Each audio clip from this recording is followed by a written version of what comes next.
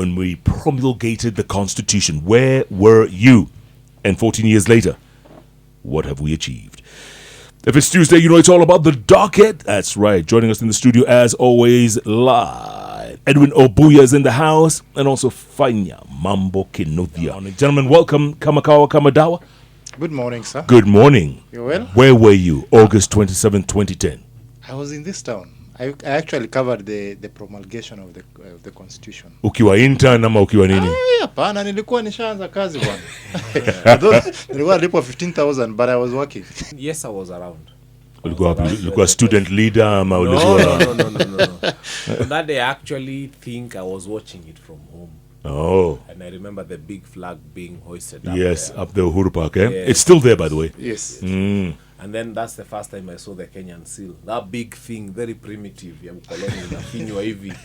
They sealed the constitution. Yeah. Your son didn't go back today.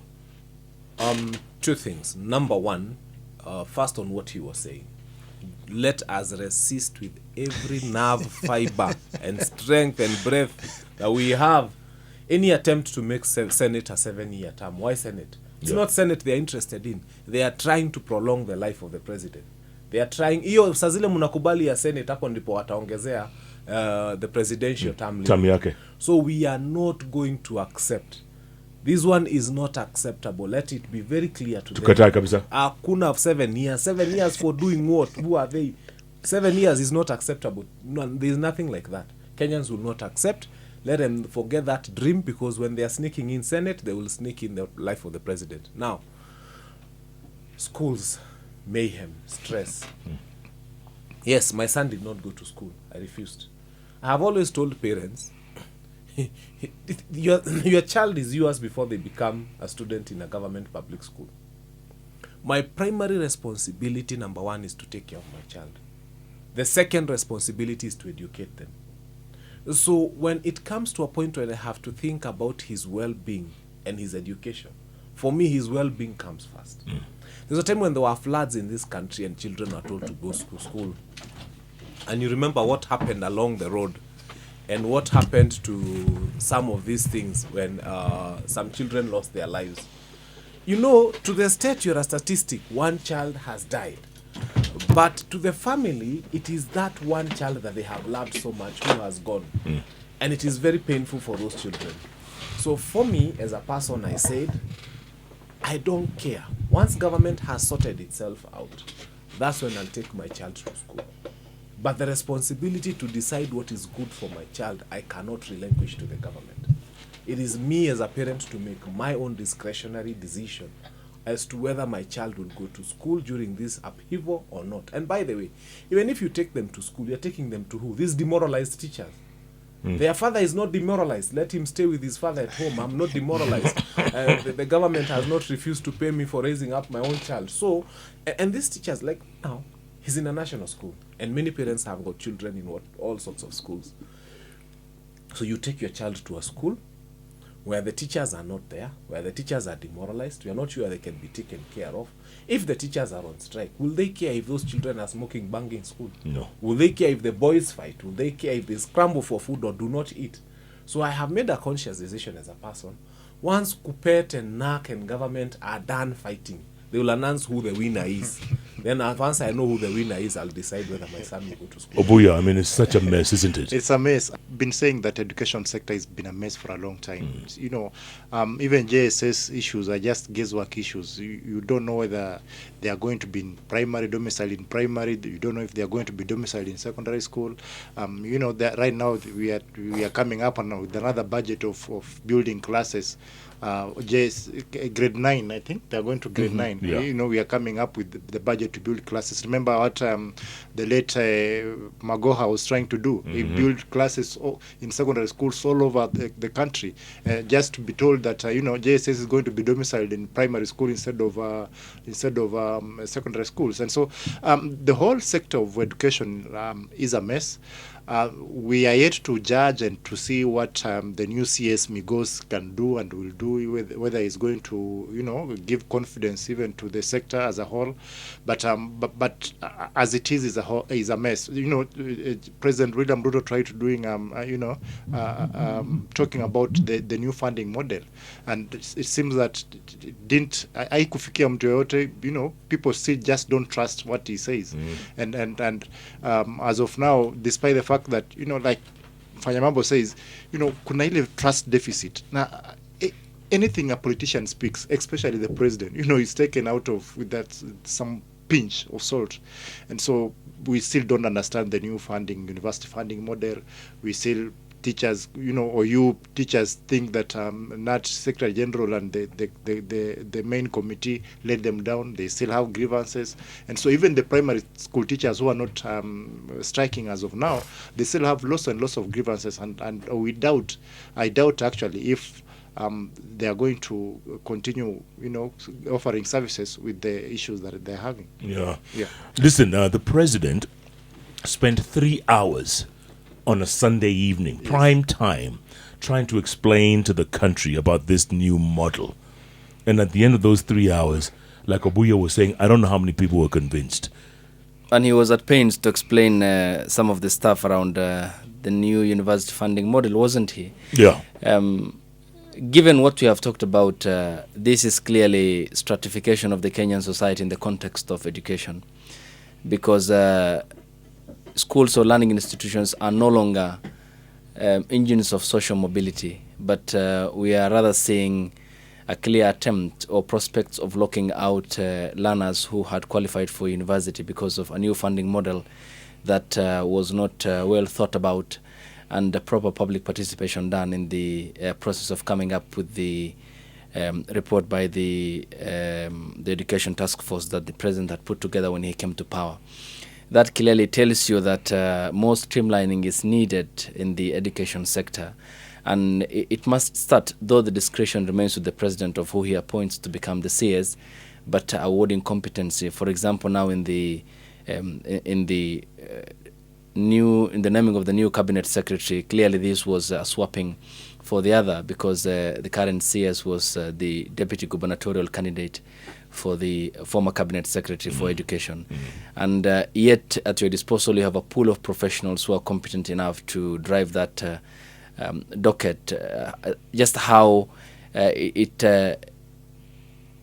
raises a lot of questions, just how we managed to flesh amongst ourselves a man of the caliber of the late Professor Magoha, and the professionals who, with competence and integrity, can drive all the ministries, not only education. But this is going to have significant proportion of consequence, given that education is the only sort of our main exporter, because our human resource is largely appreciated across the world. And a decline in that then means that we may end up having dried up coffers with regards to the remittances that come back to the country because of the professionals who send this money back home when they work in overseas. Yeah. And that is, I think, an area that the government must clearly think about, but because of the trust issues that the Kenyan people have had in their government since Katiba was promulgated, talking about the last 14 years, spells uncertainty given what we have witnessed over time, because the political environment is largely populated by people who were at one point serving as members of the then ruling party, KANU. Therefore, I think more needs to be done with regards to addressing the current problem that we have at hand, and how the government has been consistently failing in the honouring of the collective bargaining agreement, be it teachers, be it doctors, or other professionals. Absolutely. And Fanyamambo, the president was quick to say that he was a beneficiary of help. The conversation about funding of schools and universities and bursaries began on this show, and we need to celebrate. I remember one time I sat where Obuya is sitting, and I asked, what is this thing called bursary? Why are we dehumanizing our people? And I said we need to scrap and ban. I said we need to scrap and ban completely this thing that we are calling bursary, and we need to replace it. I mean, to take that money directly to the schools. I am happy because the senator for Kiambu, Karongo Wadhangwa, picked it up, took it to Senate and quoted me word for word. And I'm happy because the Speaker of the National Assembly has actually spoken about it. And he's requested that he be given. And there's a total of 106 billion shillings that goes into funny bursaries, ya MCA, ya MP, ya governor, ya Senate, mpaka ya president, which if amalgamated would actually make education free in this country. I raised those sentiments while sitting where Obuya is sitting. That was in the month of January. I am happy the way the Kiambu senator picked it up. I'm happy the way it's gone to parliament, and now it is where it is. But having said that, I think we are living in a very special country. But it is possible for me to join university in 1987 and then benefit from a HELB loan that is created by an act of parliament in 1995. So acts of parliament create HELB in 1995, but then that HELB retrospectively funds my education in 1987. And I become a beneficiary and I start paying for the loan when I become member of parliament in 1997. Yeah. That's a very special place to be. And I think Kenyans have a lot of lessons to learn, that it is possible for you to start university now and get funding in future, 7 years later, and then now pay for that after a few years when you become member of parliament. Yes. So it is possible. It's been scientifically proven. And now I think Kenyans need to take it up. To start going to school, don't say you don't have money. Just go, study. After 7 years, a funding model will come that will help you pay for the fee of the university that you did earlier. I think it's a very special place to be in as Kenyans. And we are looking forward to having many people adopt that model, because I think it is a good model where you wake up and your education is paid for posthumously. This is the 14th year since we promulgated Katiba, and we must applaud how the current dispensation came with guardrails in defending our democracy. And he mentioned the Constitution of Kenya Amendment Bill 2020, the BBI. And that was not only stopped by the courts, but the rulings, if you read between the lines, were very indicting on the political class in the country, starting with the president, then Uhuru Kenyatta, because the High Court had called him out that he cannot initiate a popular process. And then the Court of Appeal sealed the matter, where it said that this was no ordinary amendment of our constitution, but an attempt to dismember our Katiba, and that there will be no bypassing of this constitution without consequences. And this was clearly a message meant for the political class. What I'm in a nutshell saying, as a defender for our constitution, because it's one of the most beautiful paperwork we have put together, and that has instilled confidence in our institutions and those who occupy those institutions. Clearly the future is brighter, and I think we need more people with an appetite to implement it and stand for it, defend it. This is the only place of solace where it's a soft landing spot for the common mwananchi to go and seek justice. And I think if one issue irritates the political class to the extent that they even use foul language against them, it's the current constitutional dispensation. Mind you, we started the year with a war against the judiciary. By the way, real quick, what are Baba's chances? And is he the man of the moment, like the Standard newspaper says on its front page? Well, I think we had such a buzz with Ambassador Amina Mohamed, though she faced candidates who, with the caliber of Musa Faki Mahamat, who ended up winning the elections, a former Prime Minister, a former Foreign Affairs Minister of Chad, seasoned diplomat. She faced, despite being a seasoned or career diplomat, very, very competitive candidates at the time. With Odinga, if you look at the candidate from Madagascar, Djibouti's Mohamed Yusuf, and a guy from Mauritius, these are also seasoned former foreign affairs ministers and people with experience across the continent. Given the divide along the Francophone and the Anglophone divide, and other factors that may end up playing or determining the elections, it's not something that we have in the bag. Then the Ministry of Foreign Affairs and the government must do a lot more than today's unveiling in the shuttle diplomacy, back-channel communications, more diplomatic efforts. And I think if something must give way to this for Raila to win, then it must be the president's striking of the Pan-African tone that he has been striking since coming to power. But you see to what effect that can convince the other African leaders. He has to. He has to win. He's tried 5 times. He's been amekuwa na fail for too long. You know, Baba has to win this. Kwani yeye Atashinda kitu. Ai bwana. Even the Bible must understand him that this time round Baba has to win.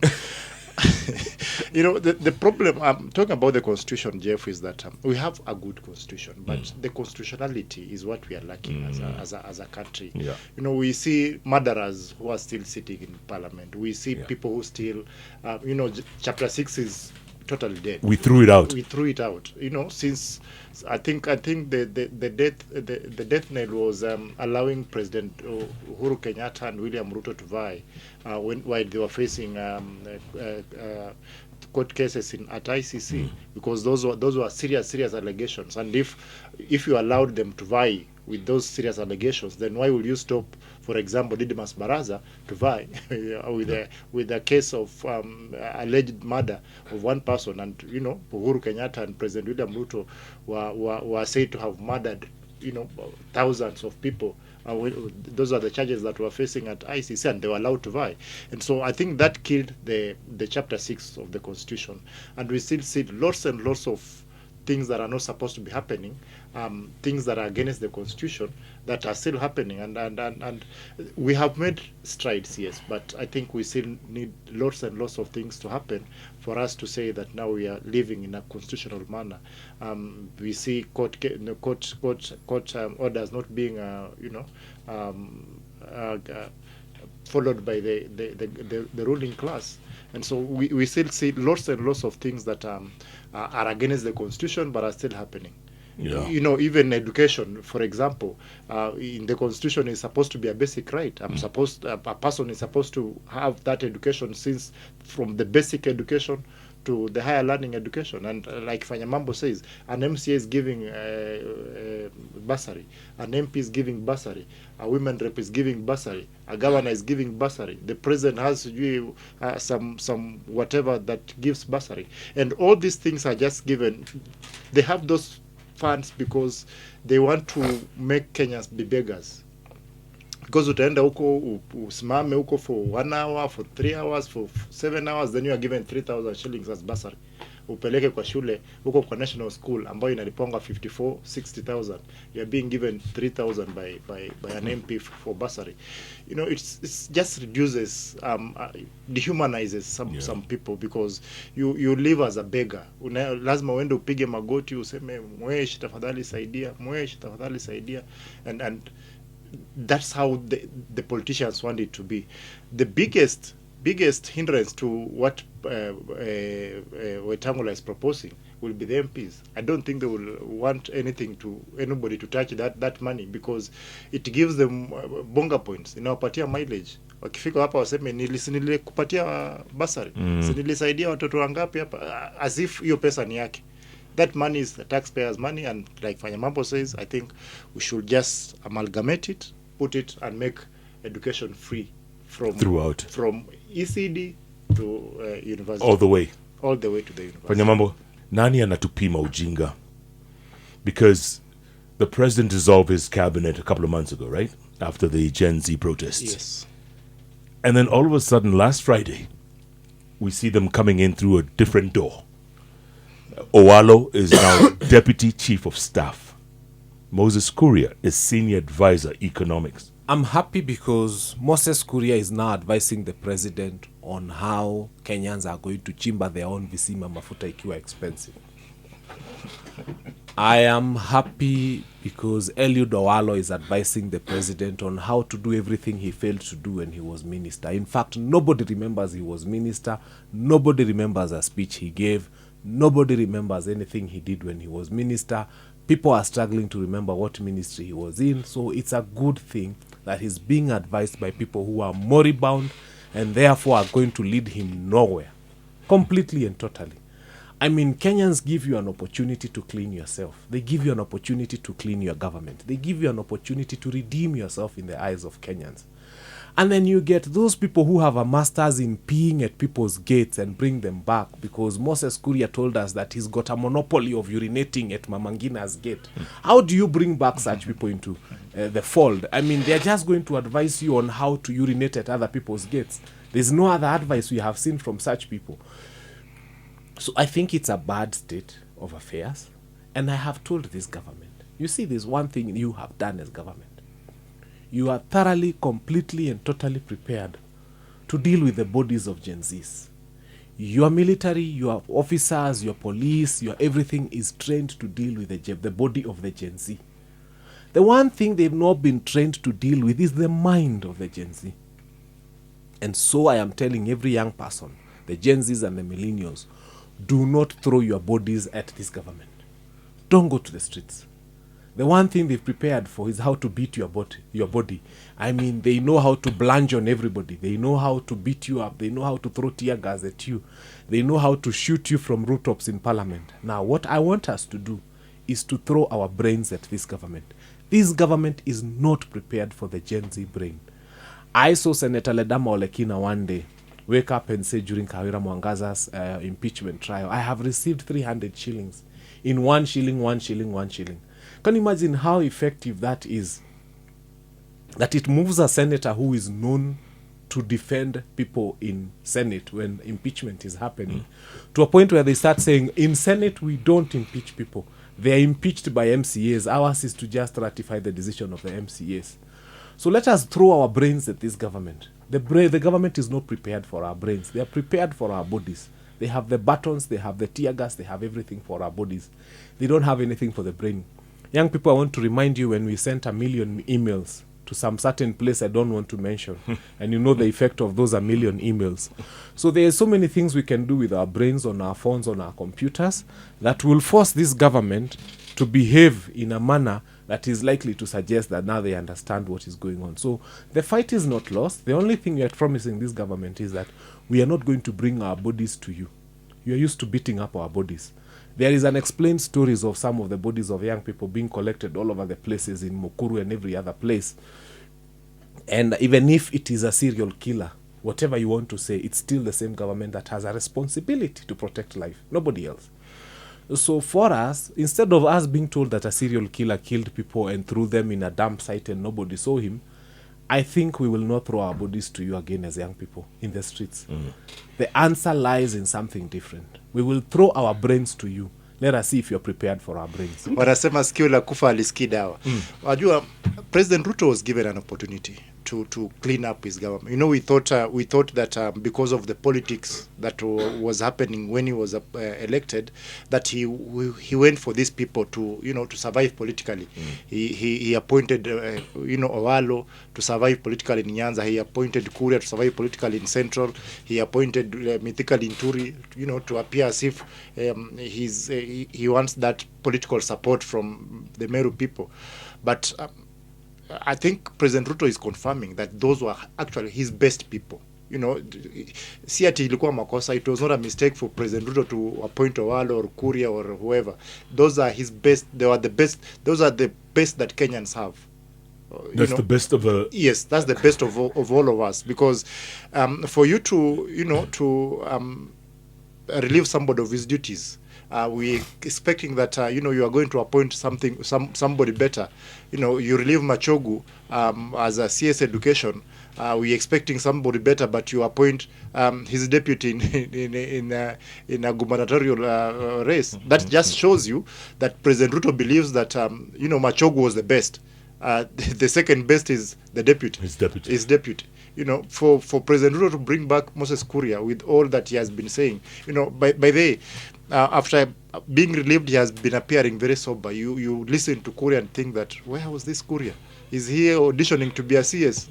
Where was this Kuria as a CS before? Yeah. And I think he has again convinced the president that he deserves a second chance. But it just shows you that the problem is not the people that are being appointed. The problem is the person appointing them.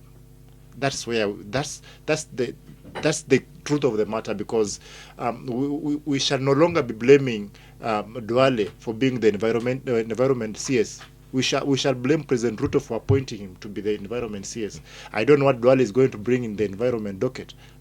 He said he's going to clean Nairobi River. We wait and see. We cannot continue blaming Migos for being the CS education, because there's an appointing authority that put him there.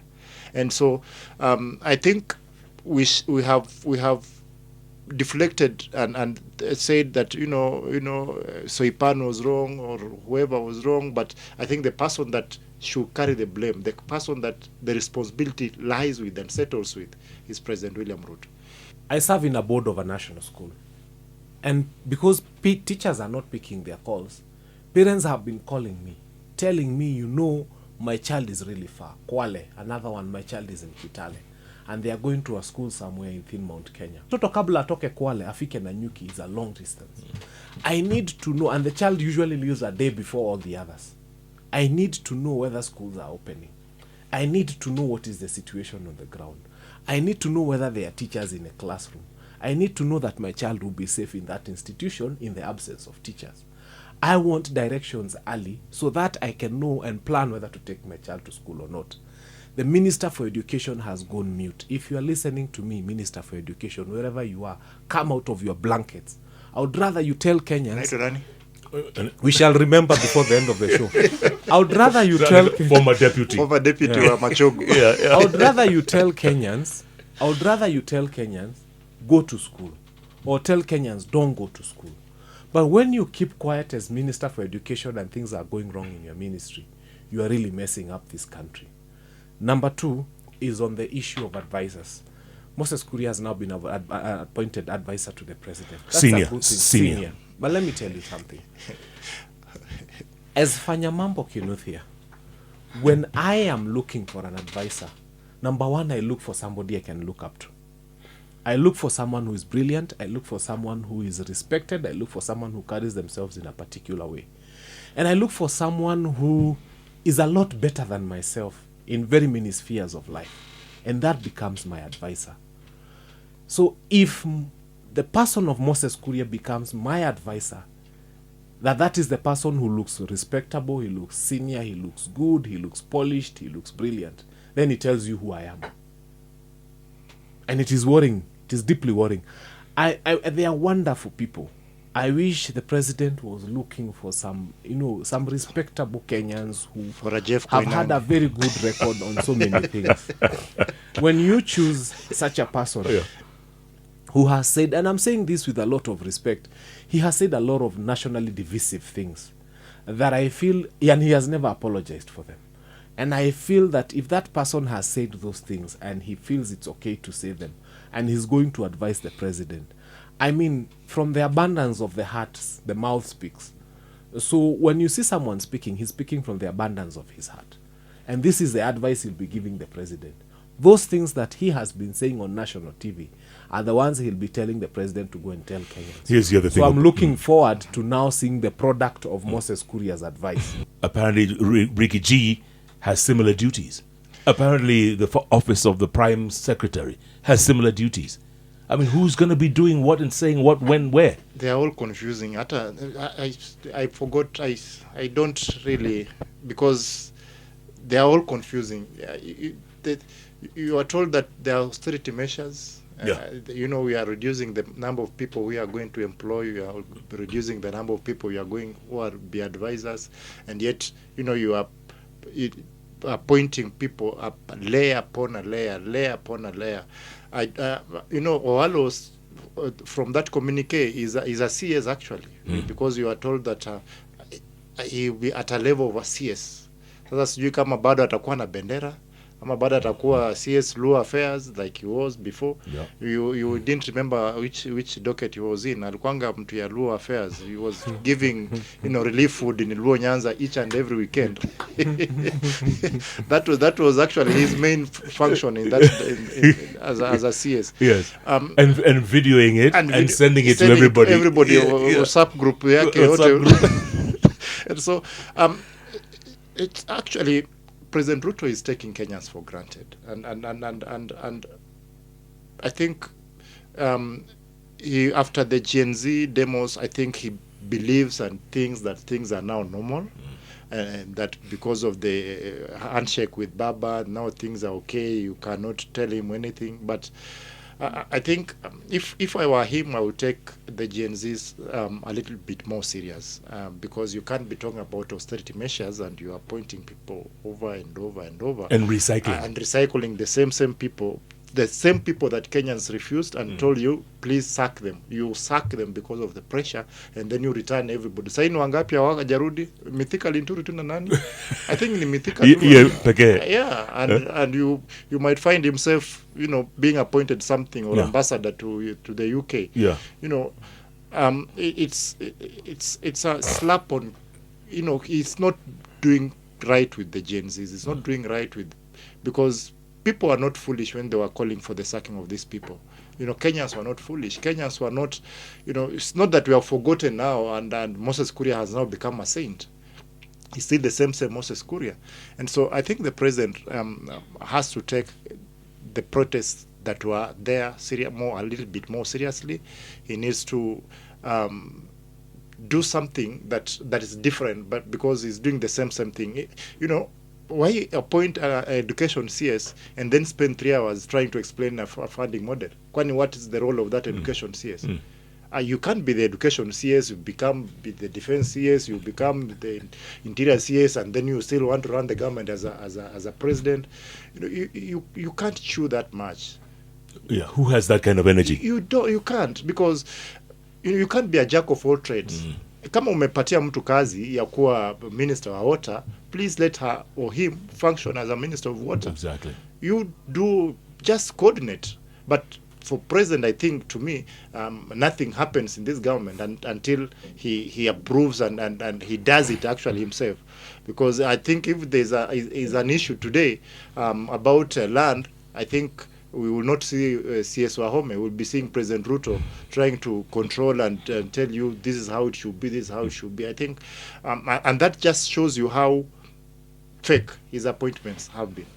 Because I thought that it was a mistake when he made the appointments after winning the elections.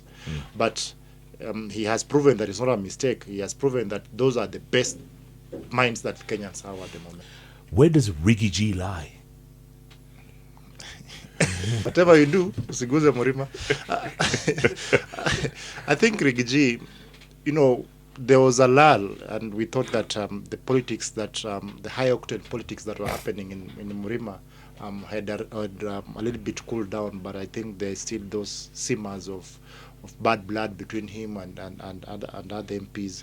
And I think Riggy G should be very, very careful. I've been one of those people who have been thinking that I don't think the president will sanction Riggy G being impeached, but from what is happening, I think he's being more and more alienated. He's not part of the Kenya Kwanza government as it were. Kimani Ichung'wah is more of government official than Riggy G is, and so I think he's being more and more alienated. Each and every person that seems to be close to Riggy G is being dealt with, and dealt with very mercilessly. You hear what the new SG Omar Sarai is talking about Riggy G, and you wonder why would an SG of a party be talking like that to a deputy party leader, and it just shows you how alienated Riggy G is, and I think he must be very, very, very careful. Nadhani Murima inaweza guzwa mara hii. Murima itaguzwa. He is being the deputy to William Samoei Ruto that William Samoei Ruto was to Uhuru Muigai Kenyatta. I mean, President Uhuru Muigai Kenyatta used to wonder, what is my deputy up to? Why is my deputy going the way he's going? And he was not happy for a long time. And Riggy G learned how to be deputy president from his boss. And he's implementing the lessons that he learned from his boss on his boss. And his boss is wondering why Riggy G is doing what he's doing, but he learned from him when he was deputy president. So I think the president is being served a taste of his own medicine. The deputy he was to Uhuru Muigai Kenyatta is the deputy that Riggy G is to him. And that's a good place to be. It's fair, it's karma, it comes back. But having said that, allow me to also mention about the person of Jalango. I think we all owe Jalango an apology. How so? We all owe Jalas an apology because he did what he did 1.5 years earlier than ODM. I mean, ODM is now in bed with Kenya Kwanza. He just went earlier. I think Aliambua, you don't have table manners. You are going too early before we even pray. I mean, we are all planning to go there, but don't show it right now. It's too early. Yeah. So I think he came to the table and ate without table manners at that time, according to ODM. I mean, Sifuna was all over the place saying how they are going to punish him. ODM was guns. John Buddy, where are you? You're the one who was saying you're going to punish Jalango for going to work with Kenya Kwanza. Now you are in Kenya Kwanza cabinet ndani, wewe uko katikati, kwanza umepatiwa finance. So I think the whole ODM brigade owes Jalango an apology for telling him not to work with Kenya Kwanza, and even trying to threaten him and even try to take away his seat. And then now they are working with it. They're all in there. So Jalas, on behalf of ODM, even if I'm not a member, I think they owe you an apology. Jeff,